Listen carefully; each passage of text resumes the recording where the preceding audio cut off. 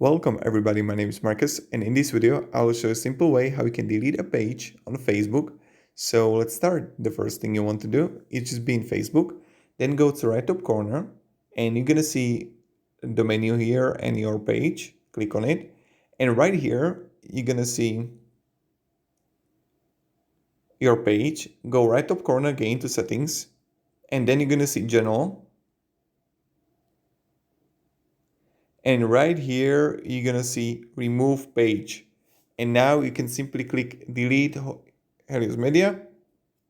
And if you delete your page, you will still be able to restore it within 14 days. After that, you will be asked to confirm that you want to permanently delete it. And you just click here, delete page. So this is how you do it. Again, you are on your page, go to right top corner to settings, general, and remove page. Thank you very much. If you have any questions, guys, ask me down in the comments, and have a great day and goodbye. See ya.